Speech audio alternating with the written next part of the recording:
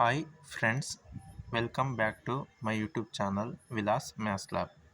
ఈ వీడియోలో నేను తెలంగాణ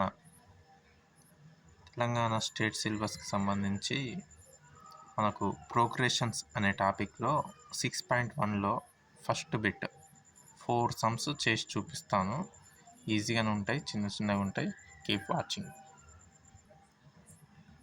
అయితే ఇక్కడ ఫస్ట్ సమ్ వచ్చేసి, in which of the following situations the list of numbers involved forms an arithmetic progression by. అయితే అర్థమెటిక్ ప్రోగ్రెషన్కి మెయిన్గా కావాల్సింది ఏంటంటే కామన్ డిఫరెన్స్ అనేది కాన్స్టెంట్గా ఉండాలి. అది అవుతుందా కావట్లేదా చెక్ చేద్దాం. So keep watching. First sum వచ్చేసి, the minimum taxi fare is 20 rupees for first kilometer and thereafter 8 for each additional kilometer. ఆ ఫస్ట్ సమ్కి సొల్యూషన్ ఇక్కడ చేశాను నేను. ఫస్ట్ కిలోమీటర్కి మనకు 20 అండ్ ఈచ్ అడిషనల్ కిలోమీటర్కి minimum taxi fare is 20 for the first kilometer అన్నాడు. అంటే 20 first term is 20 and additional 8 for each additional kilometer అన్నాడు కదా. కాబట్టి 20 + 8 28, 28 + 8 36. అంటే కామన్ డిఫరెన్స్ ఇక్కడ మనకు 8 అన్నట్టు కనిపిస్తుంది. కాబట్టి this is the arithmetic progression. ఇదే విధంగా సెకండ్ సమ్ చూద్దామండి. సెకండ్ సమ్లో మనకు the amount of air present in cylinder when a vacuum pump removes 1/4 of the air remaining in the cylinder at a time.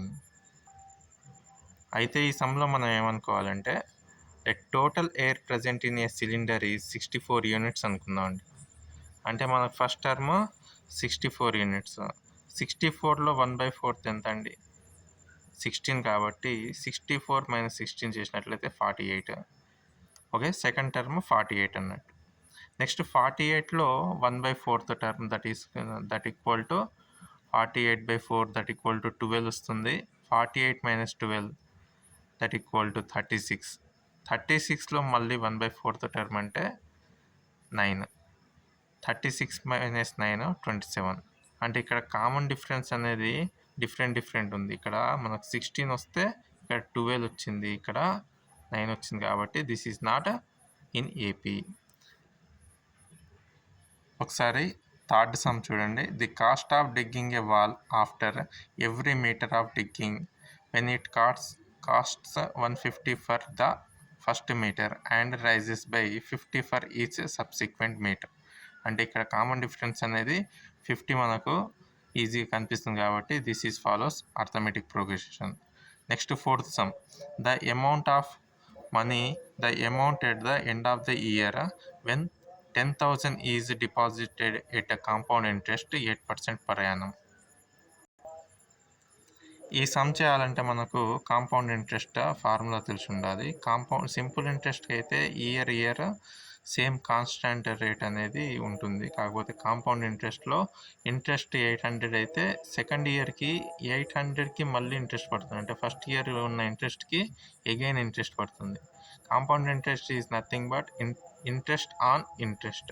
So third year ఈ first ఇయర్కి interest పడుతుంది, second year ఈ compound ఇంట్రెస్ట్కి కూడా interest పడుతుంది. That is 5.12.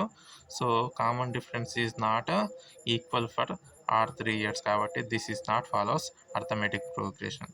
Keep watching for more videos. Thank you for watching.